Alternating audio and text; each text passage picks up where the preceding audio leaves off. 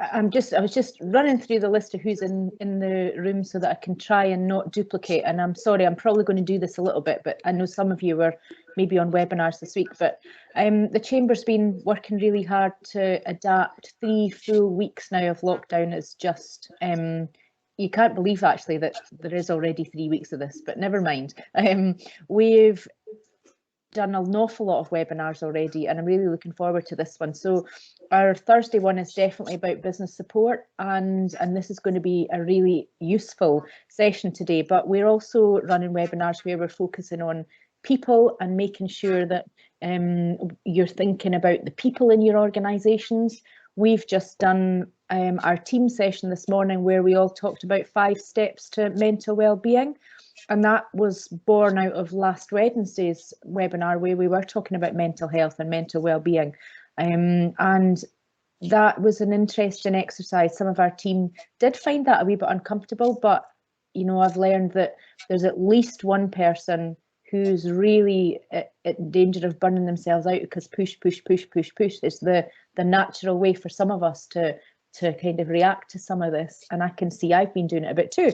So we've been doing a whole bunch of webinars. We have been doing a lot of government influencing, so we've been taking lots of feedback from businesses. We've been working with any business at the moment that needs us, member or non-member. It's really important that we're not turning anybody away, because whether you're the Chamber of Commerce or Business Gateway or Federation of Small Businesses or any organisation like that, there's just not enough of us to cope with all the businesses that need help at the moment. So we've been doing a lot of signposting to the grants, and I have to say Dundee City Council and Angus Council and Perth and Kinross, they're talking to us regularly. I'm meeting with them 3 times a week. The amount of grant applications that they've already had versus the number of people that are eligible for these grants is there's a lot of applications sitting in to be processed. They're going to be working over the weekend to make sure that they're getting all these grant applications processed, and millions of pounds has already made its way to businesses this week. So a lot of payments have been reaching businesses, but there's still a lot of business interruption loan scheme stuff not happening nearly as quick as it needs to be. There seems to be good news filtering its way through on the job retention scheme. Government are testing that system, hoping to have it open long before the month end. And we're hearing reasonably positive news about what that means for cash flow. British Chambers of Commerce have done a survey where at best businesses are reporting 3 months of cash flow, at worst it's 1 month, and I have definitely heard of people saying they haven't got 1 month's worth of cash flow. So it's important that all the support gets to businesses much quicker than it seems to be. So we're continuing to push for that. If you've got any experiences of that at all, please let us know. It's treated in confidence, but we will make sure it's passed on to government, because when we were hearing about some of the schemes that banks were encouraging businesses to look at, and then still talking about personal guarantees last week, we were all the business organisations were able to push the Treasury and the UK government to encourage all banks to drop personal guarantees under £250,000. So as much information as we can get out of you, the better. We've launched our Partners for Business programme. I'm hoping that you had an email about that this week. But we've already got lots of people interested in getting mentoring from our partners. So there's some really large organisations with brilliant skills there, and they're going to help businesses. You might be flying, your business might not be able to cope at the moment, and that's a problem, and you want to talk that through, or you might be in real crisis, or you might be somewhere in the middle, and we will definitely help you get the advice from someone in business that's been there and done that, and may have made all the mistakes that you don't want to make, and they can help you short circuit some of that. And we've just been doing as much talking to our members as we possibly can. Every single one of our team is now account managing members, and we're just reaching out and saying, do you want to talk to us? Are things okay? Do you have any questions at all? Are you remembering to use our news channels? Because, and you can you can use the Courier, and DC Thomson's are doing some really good things in helping people get their news out, and equally we would say the same thing. If you've got some interesting things that you're currently doing, or you just want to carry on reaching your customers, then please use our news channels. So I think that's really kind of all from me. We've updated our COVID hub again. So yesterday there were a couple of things that came out from UK government, some money for the charity sector, also an open letter to manufacturers in the UK, more or less saying what the interpretation of the rules should have been anyway, which was if you can't do your job from home and you're a manufacturer and you can implement social distancing and properly look after your people and make sure that there's safety there, then you should be able to operate, because manufacturers are a key part of everybody's supply chain. So we want people to be safe, but we also are hearing around the chamber network of factories, when they turn their lights on and start working, police are knocking on the door and telling them to close, and that's not okay. So we need to just make sure that everybody's as safe as possible, that we're looking after our people, but that if you can't do your job from home, you're safely able to do it from your workplace. So I think that's all from me. I'll come back on at the very end when we're doing questions, and I'll give a bit of a roundup on the other webinars and things that we've got going on next week. But really looking forward to this today. So I'm just going to hand over.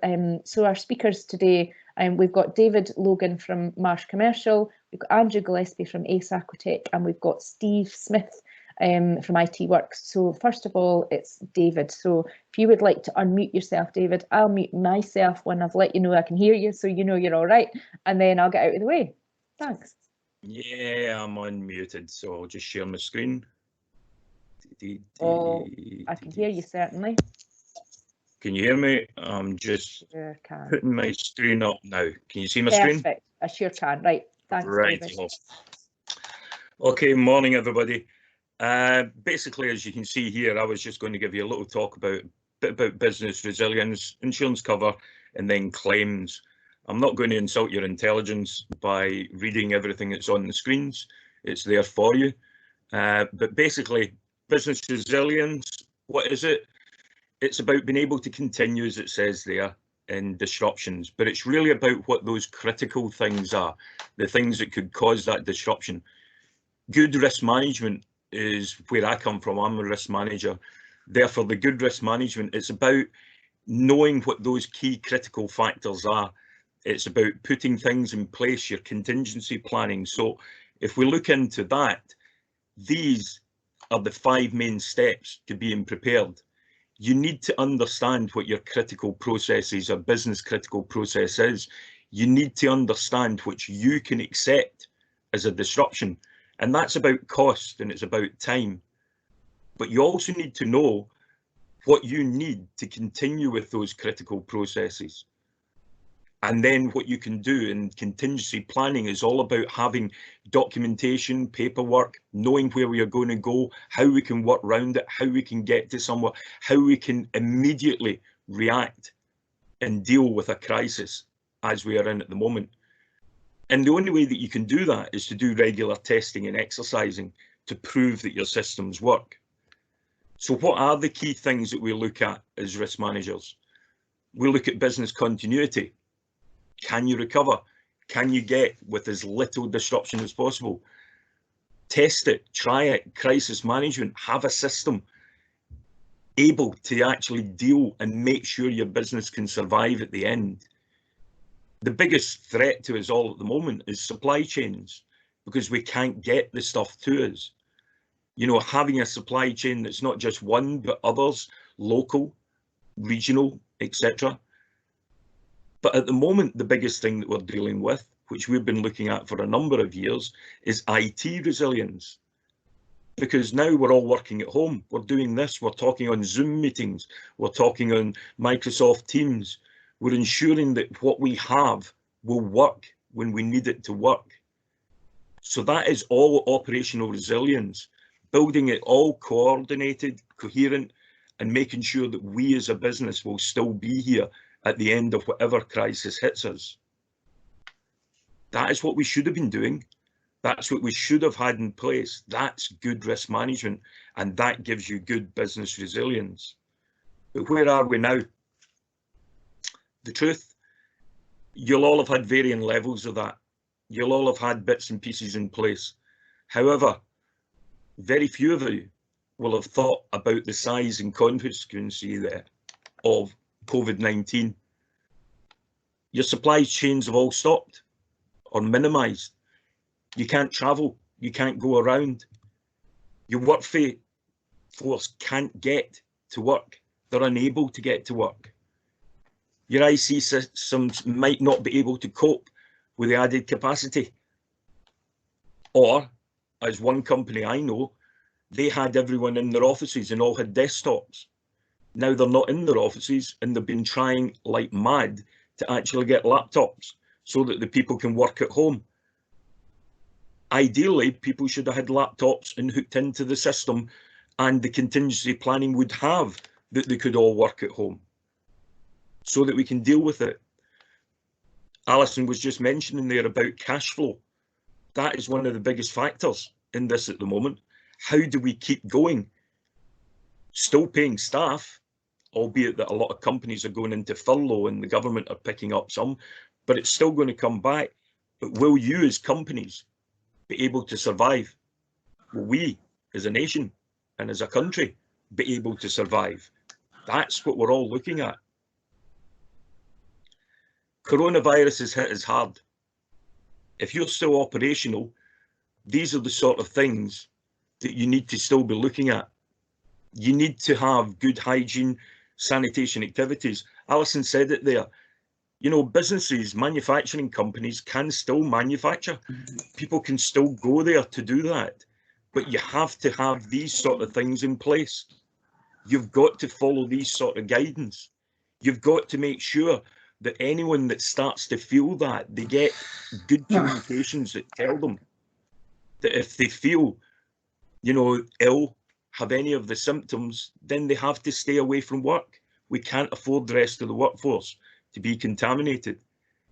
So if we can do home working, we really need to make sure that we do good communications with everyone. So planning for the future is where we need to think of, because the restrictions will lift. They won't lift and everything will go back to normal. So we need to start thinking now about plans, how we're going to get back in. It may be that because we've been down, we've got to play catch up. So we need more staff. We need to talk to who our stakeholders are. We need to think about maybe even medical screenings for bringing people back to work. That may be something that we need to do. What about welfare positions for affected people? But we need to then start thinking about what we should have been doing in the risk management, our business continuity and response plans. You know, now start thinking about pandemics, updates, protocols for that. Keep talking to your staff. It may be that we need new suppliers because ones that we did have now gone out of business. They didn't survive. So we need to start looking now for new suppliers if we can't get the ones that we had. We need to learn, and this is the critical part, we need to learn lessons on all aspects of this. It may be that we need to do bits about our KPIs, IT, but the main thing we need to do is update our business continuity planning arrangements. That is something that, this is not going to go away. We're going to have more and more of this sort of thing. So let's look at it from an insurance point of view. If you look what I've just put there, the SARS outbreak in 2000 and 2003 is about the closest thing that we could get from this and where we looked at it from insurance. But if I give you some stats, SARS in 2002, 2003, there were 8,000 people worldwide were infected with SARS. 800 people died before it was brought under control.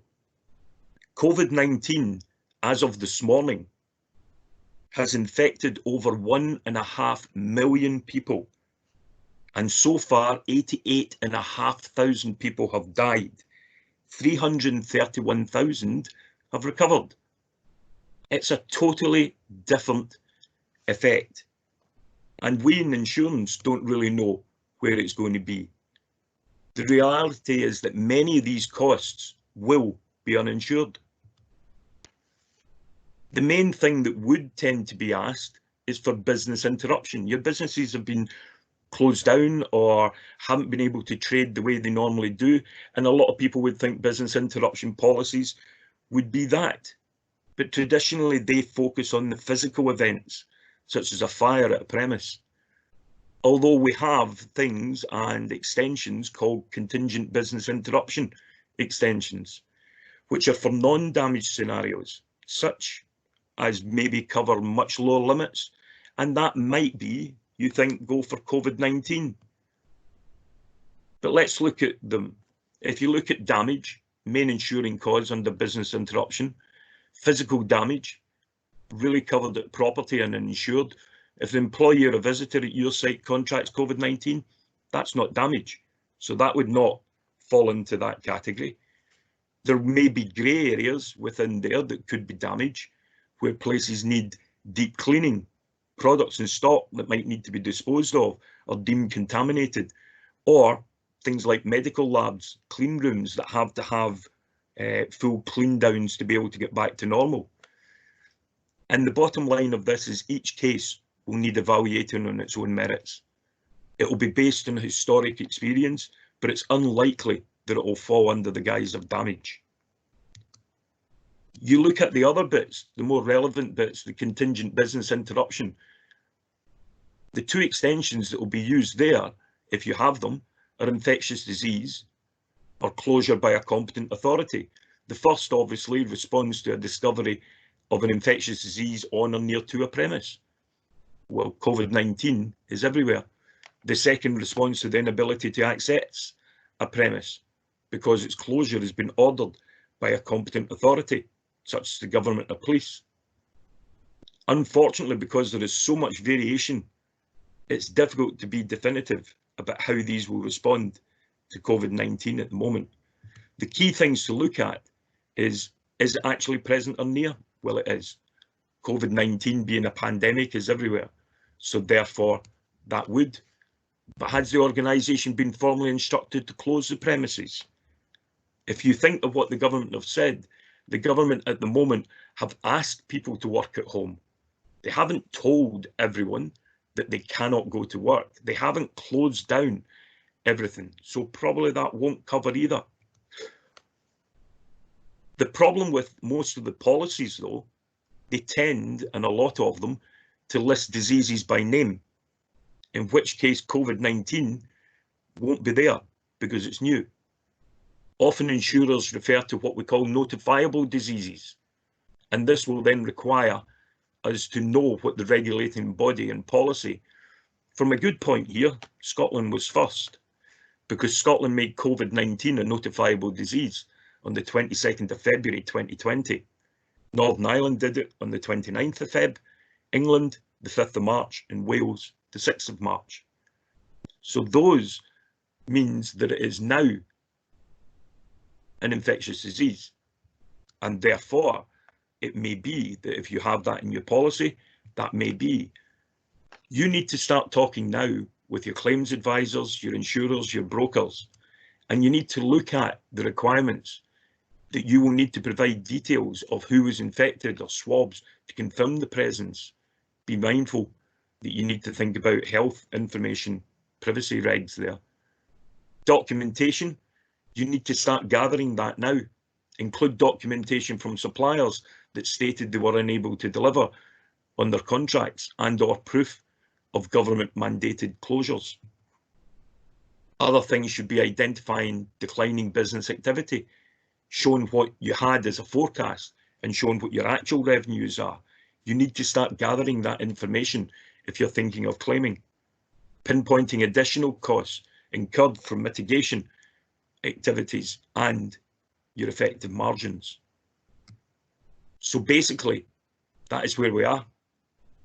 And if you're looking at it from insurance, etc., then you need to talk to your brokers. You need to talk to your insurers. You need to think now about who they are, where they are, what you're doing, and start talking to us. Thank you. I will now hand over to Stephen when I eventually get it on my screen.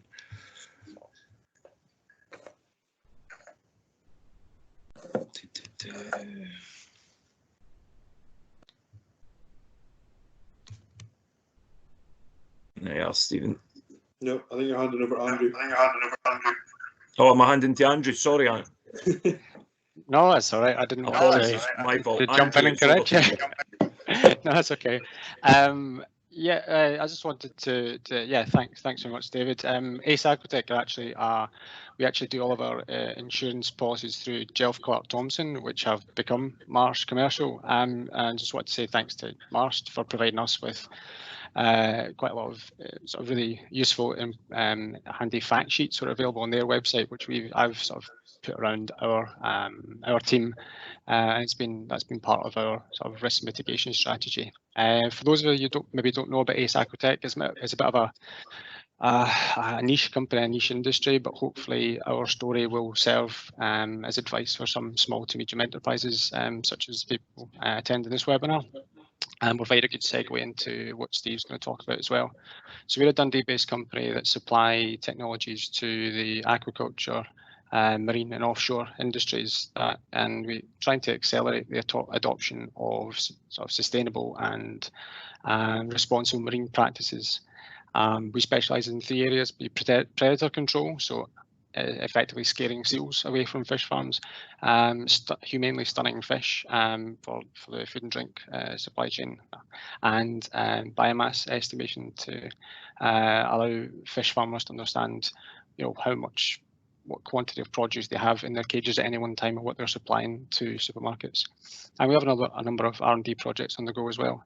My role is fully operational. My remit covers supporting customers in Scotland and the rest of the world with use of their Ace Aquatec devices and the sort of processes that go along with that: logistics, international trading, ensuring they have a smooth customer experience.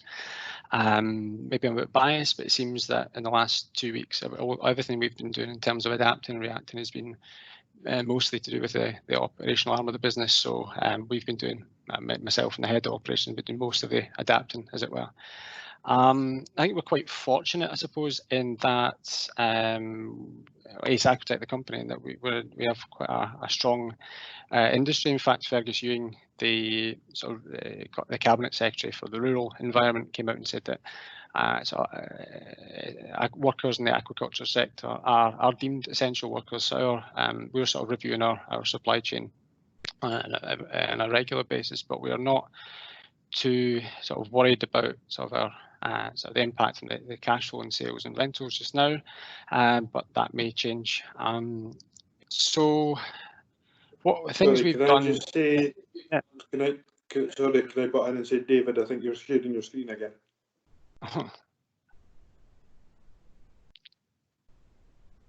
Is that gone? That's it. Okay. So yeah, steps taken from the outset. We reacted quite early, before any sort of government advice, to say that workers should be going home, I suppose. And our managing director started to work on a coronavirus impact assessment, which was deemed necessary for a board meeting that was held between our company and investors. So, and there's only 7 of us in the office. So the biggest asset to all of the operation is people, essentially. So our health, well-being comes first. So it was a top priority to make sure that everyone could work from home and was working from home. So it was made simpler. And David made a good point about desktops versus laptops. So we are quite lucky in that we've all been using laptops. We've all got a work mobile phone. So the transition from working from an office to being at home has been a lot simpler than perhaps other businesses have found.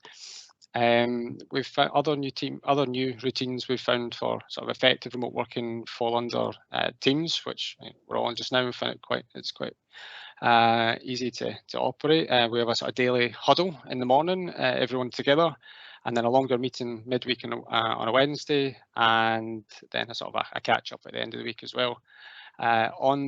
sort of all meetings are coordinated via Teams, and we have like a planner as a central tool for monitoring the workflows. Yeah, that regular check-in occurs early morning, and there's planner channels and buckets so everyone can sort of tap into what everyone's doing that week. Each staff member also has like a sort of one-to-one board for checking their personal goals. So it means that personal development hasn't sort of fallen from the forefront of the mind of the management, which is key. You know, I think in terms of making more time to connect with each other is vitally important for our sort of mental health and well-being as well. We're quite fortunate that we've had the opportunity to do a lot of flexible working. We sort of do a 4.5-day week. We usually go and do a bit of badminton on a Friday, and that's been replaced by a Friday quiz. So the motivation is key for ensuring that everyone sort of stays happy throughout the week and at the end of the week as well. And you've got a good segue into the weekend there. In terms of other suppliers, we've found that they've been using Zoom and Skype as well. So we've had to become sort of quite well equipped to work with those. And yeah, I suppose in terms of new routines as well for subcontractors, you know, we've tapped into resources that were sort of local to our customers. So currently all of our subcontractors are continuing to progress with project work. We sort of have regular updates with our suppliers sort of midweek to make sure they're still in production. They will be in production sort of in the next week. So we've sort of established a mix of R&D companies who we can spread projects across sort of teams and individuals. So we're not spreading ourselves too thinly, and it's a good it's a good risk mitigation strategy built into those R&D project pipelines. All subcontractors obviously are taking precautions around avoiding face-to-face meetings. We're trying to designate as many safe zones as possible where subcontractors can go in and pick up any sort of devices that are faulty and come away again, and engaging with couriers as safely as possible, just making sure that everyone's, as we're all doing, I suppose, sort of leaving anything for sort of amount of time, not touching it or washing our hands profusely. So making sure that equipment, even at this time, makes its way from depots to sites to warehouses without problems. And again, engaging with freight forwarders and couriers on a regular basis to make sure that supply chain isn't interrupted.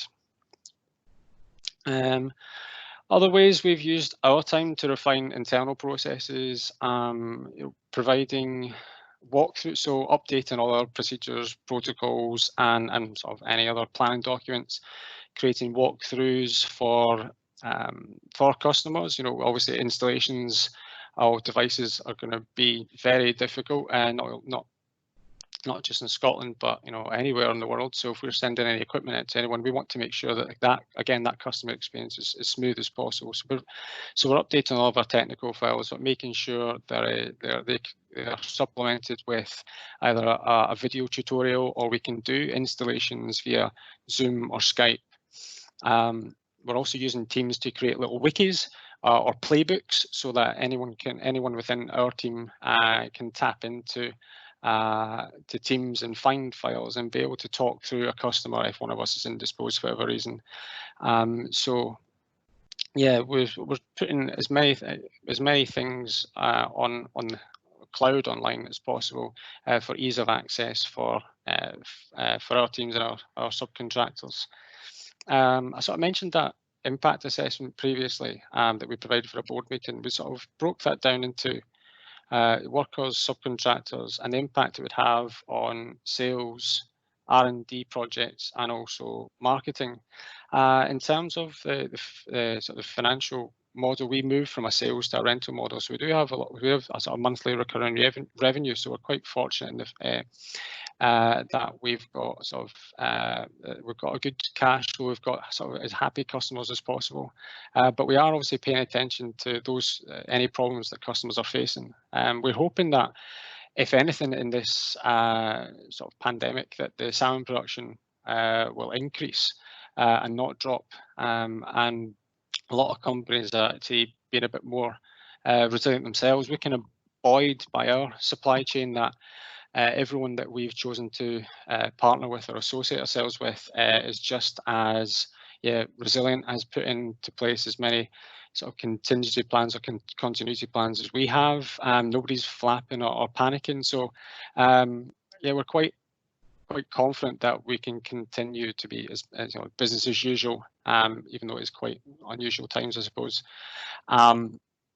I think we just have to accept that in terms of the supply chain, things are just going to take a lot longer before maybe a bit more expensive, but it's important that we don't feel guilty about it. We don't feel that we are sort of directly responsible, because I was sort of listening to a webinar last week. It was up from the Chamber of Commerce, and it was spoke about corona fatigue, and I think that's again quite important that we don't get too bogged down in our surroundings. We just try to stay on top of things as best as possible.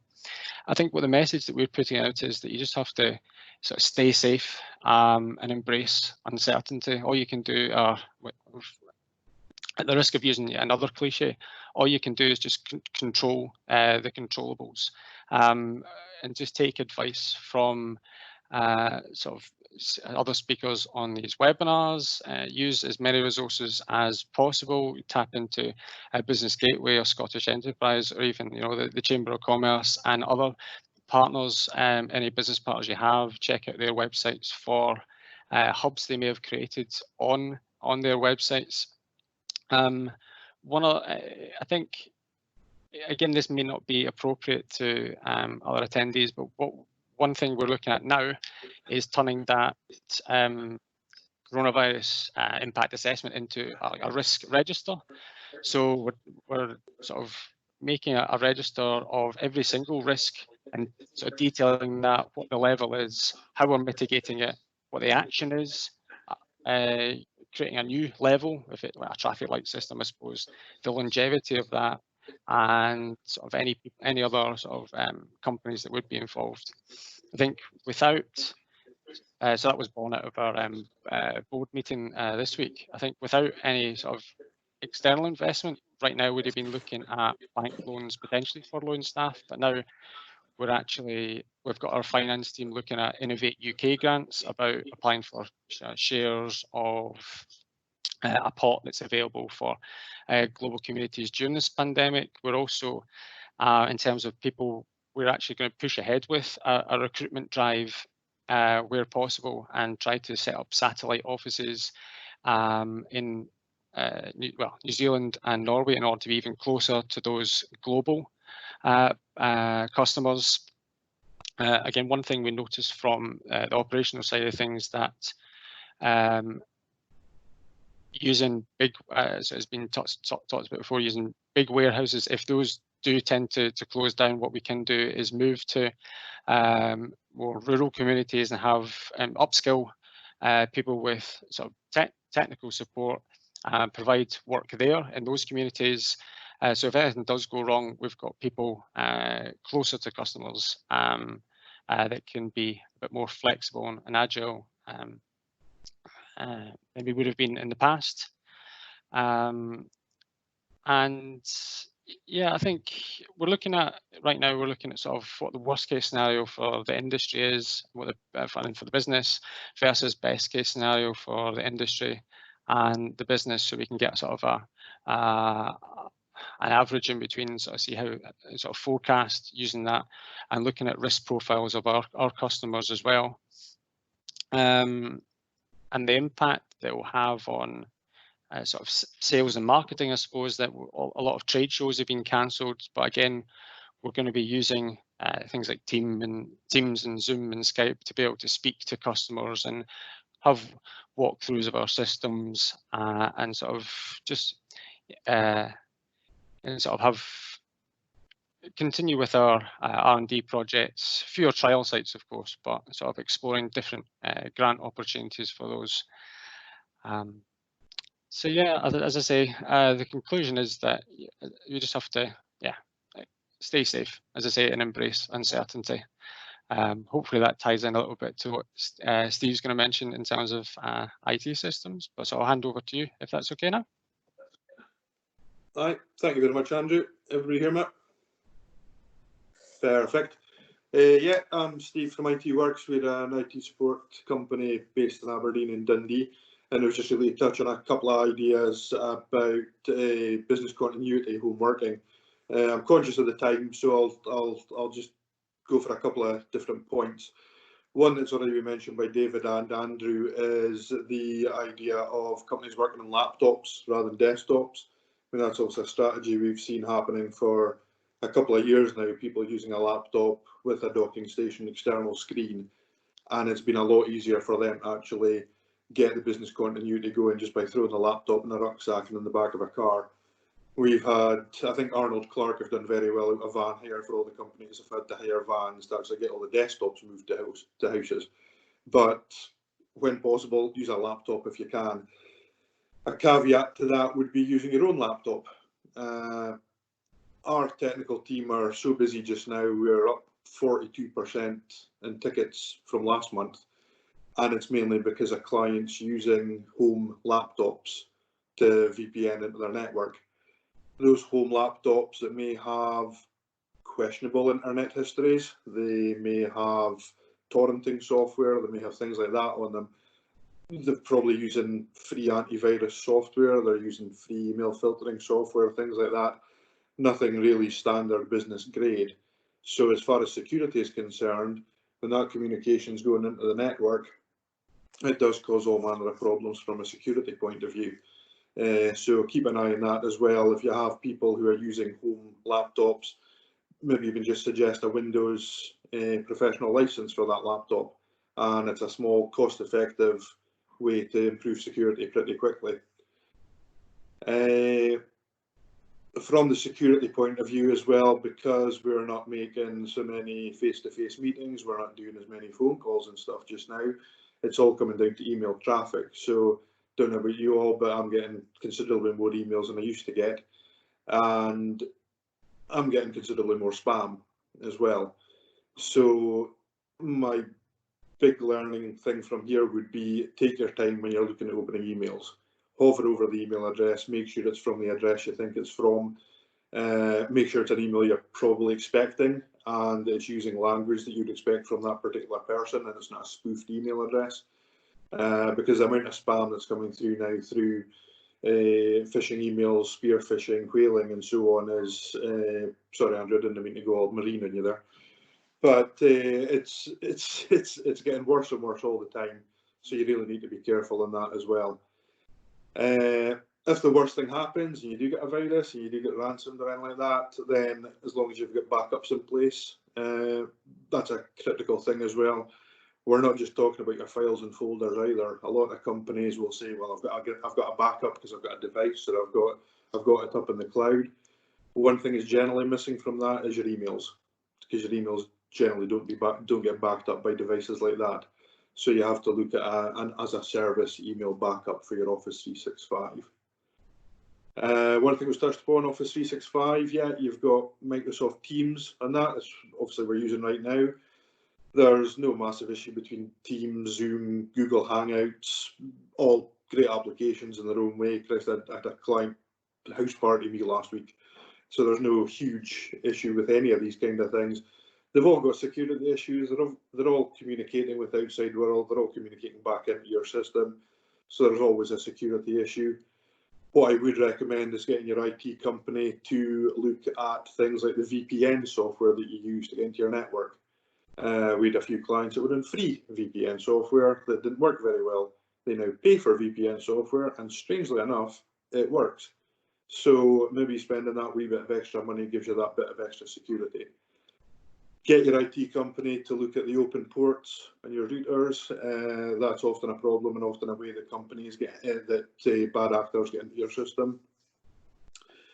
One other pretty large issue we're having just now is because most of our clients are Aberdeen, Aberdeenshire, Angus, Tayside. There's quite a lot of people working from remote areas, so they may not have the fastest connectivity they could possibly have.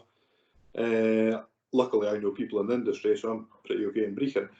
But what we are seeing a lot of is people buying like 4G backup dongles. So what you can advise people to do is, if they put a postal code into a mobile signal checker, they can see which mobile provider actually provides the best mobile signal in their area, and they can get a small 4G dongle to attach to their laptop or desktop, which will boost their connectivity as well. And finally, more from a strategic and future point of view, we're at the stage of hot desking in our Aberdeen office. One more staff member than we have desks. Generally, this one loses out because I'm never in. And we were thinking of moving office. But one thing I've always tried to want to do for the company is to give us more flexible working. Now, we're all used to working from home, so that's no problem at all. And now actually it's going so well. The tech team are flying working from home. It's working superbly. Now the thought process is coming to me that maybe we look at continuing to attract the best people to the business, not just by paying them money. Obviously we need to continue to do that, but to give them flexible working. Could we all start looking at working 3 days in office and 2 days at home, something along that kind of lines? I think this is, I'm not convinced we're all going to learn lessons from this, but I think we've got a great opportunity to do so. And if we have a proper, stable, secure IT environment to work from, that's a massive hurdle to go over, that we're over, so we can start offering flexible working, etc. So just a thought there for the future. And as I say, looking at the time, I know that we've all got stuff on after this. I know at least two of us have got 11 o'clock. So I'll hand over to Keith, who I think is going to do a Q&A. Thank you. Yep, brilliant. Thank you very much, Steve, Andrew and David, for those really interesting talks. And a questions. So Shona and Alison's added on to it, so I'll just read it out because it'll be easier. So Shona asked for you specifically, Steve. Zoom's recently been identified as potential for hackers, as security wasn't great. Would you still say it's okay to use? And Alison's asked, follow up with this, does Team carry the same security risks?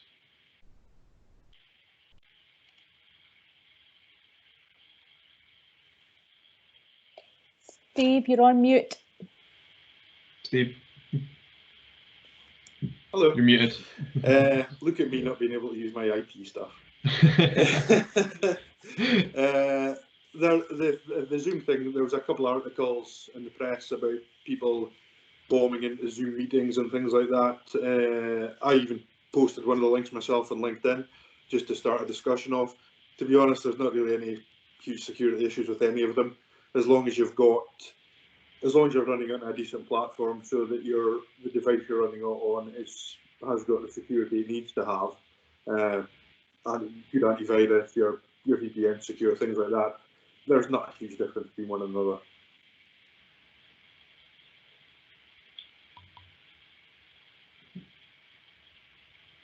Is that okay? Sorry, my team's just getting a little bit jumpy. Sorry. So there was another question from Jerry Higgins to Andrew, but it looks like, Andrew, you've already kind of replied to it in chat. But I don't know if you're wanting just to kind of go over it as well. Yeah, I can add to it. Certainly, as I say, it was just a very simple spreadsheet that we devised or created, and I'm happy to blank out the anything that pertains to any names and anything that pertains to us ourselves, and pass it to Sarah so it can be distributed across. And similarly, I can speak to our finance team for the matrices or the documents that they're using to create risk profiles or to create sort of best and worst case scenarios. I've not seen those myself. I'm assuming it's just Excel spreadsheets. So if that is the case, again, I'll just blank out the cells and pass them to Sarah, and they can be distributed or passed on to whoever wishes them. Great. So we've not got any more questions in the chat at the moment. So Alison, do you want me to pass over to you just to kind of like do a bit of a roundup, and if we get any more questions, we can also come back to them. Oh, hang on. Oh no, it's just Sarah. Something popped up. But yeah. So yeah. Yeah, that's no problem at all. I've actually got an insurance type question for David, and it might have already been covered, I guess, but I'm just curious. Like everybody, the first thing that we did was I asked our office manager to pull out our insurance policy and find out what we were insured for, as we were kind of going into lockdown, and it was obvious.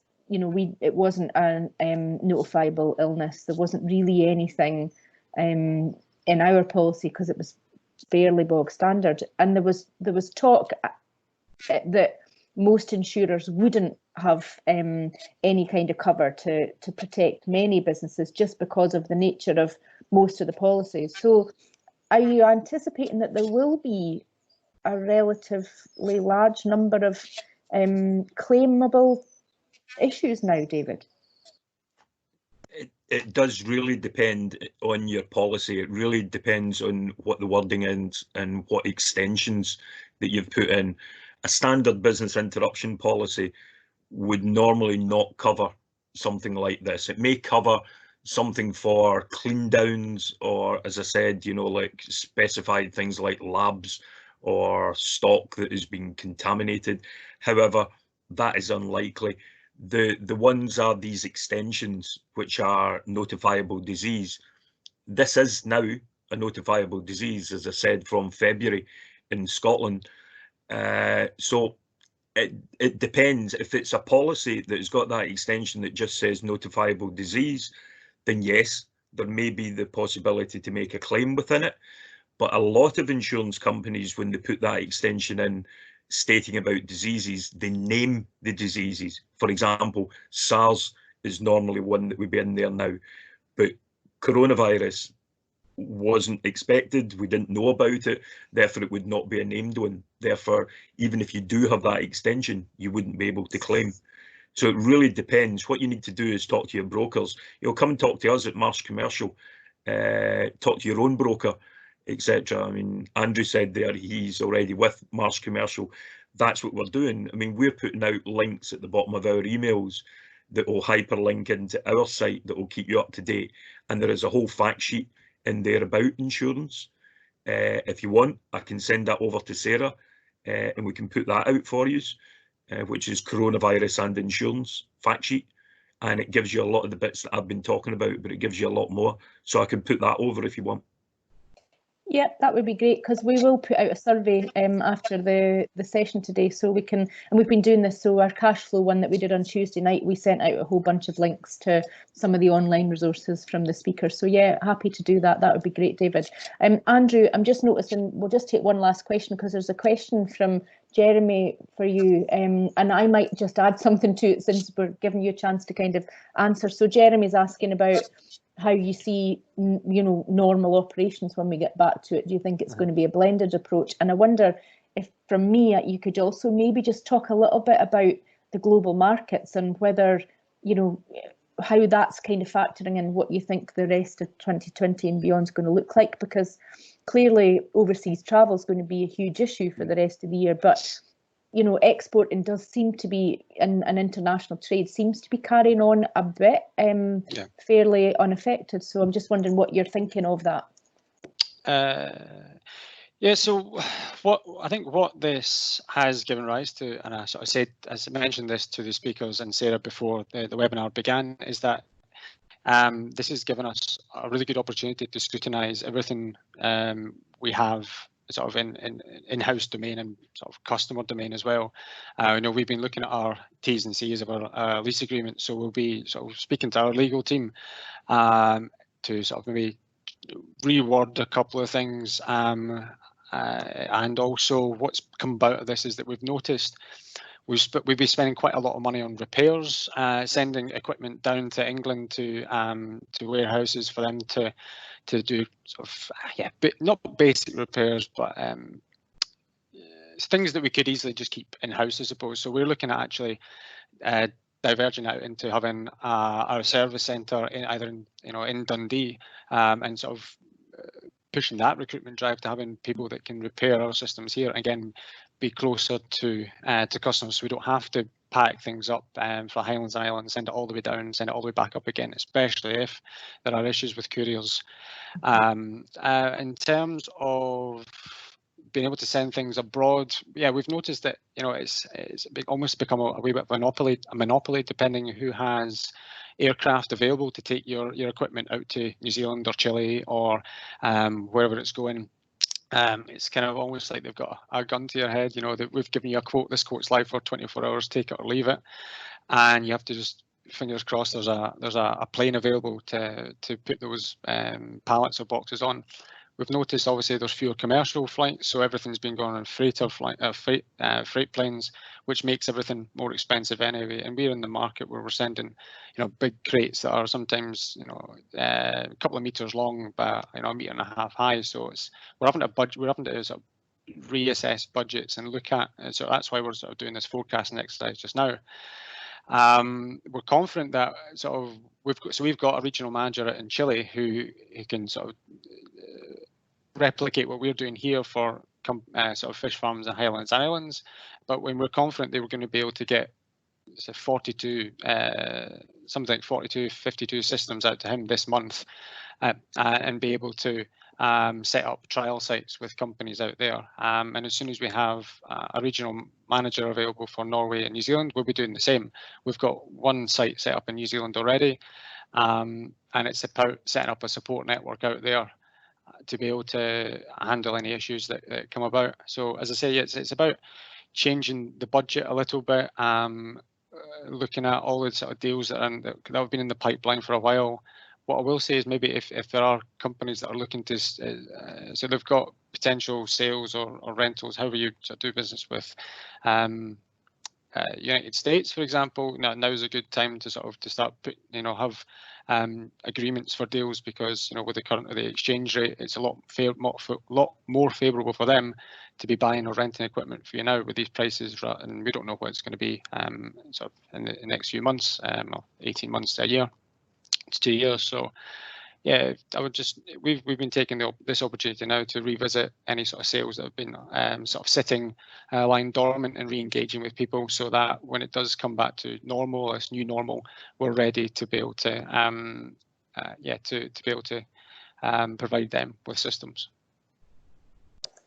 Great, that's perfect. Okay, so just to wrap up, there's a few of our webinars I just wanted to highlight for once you've stuffed your faces with your Easter eggs and you're back to work next week. There's a few things going on in the calendar next week. So we've got our regular Tuesday during the day networking session just for members, and it's called Coffee and Cake, but I'm going to suggest Sarah renames that to Coffee and the dregs of your Easter eggs. So that'll be everybody that's still got crunchies kicking about from Christmas maybe, or your Easter egg that you haven't managed to eat over the weekend. So Coffee and Cake on a Tuesday.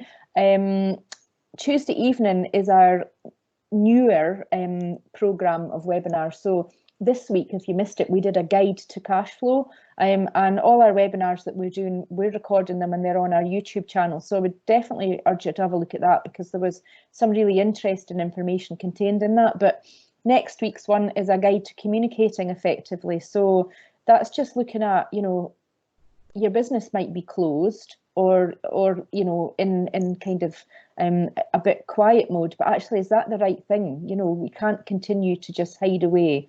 Otherwise, all our customers that we dealt with or our potential sales will potentially forget about us. So think about how you can continue communicating during this time.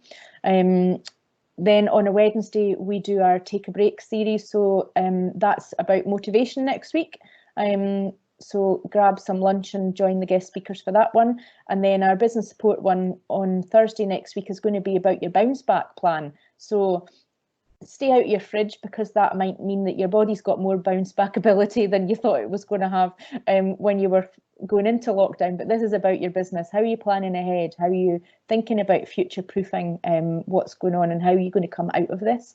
Everybody's talking about the new normal, but we need to design our new normal, and being positive and kind of having a plan to work towards that is going to help you out. So that's our programme. Thank you so much to our speakers, who probably, some of whom need to disappear off because we've all got our next 11 o'clock to get into. Remember and get up and about and move around a wee bit during the day, and don't just be glued to your PCs. Talk to you on social media, and we'll see you at the next webinar. Thanks so much for the questions, to everybody that joined us, to all our speakers, to Sarah and Keith and the team. Brilliant. Enjoy the rest of your day. Thanks, folks. Bye.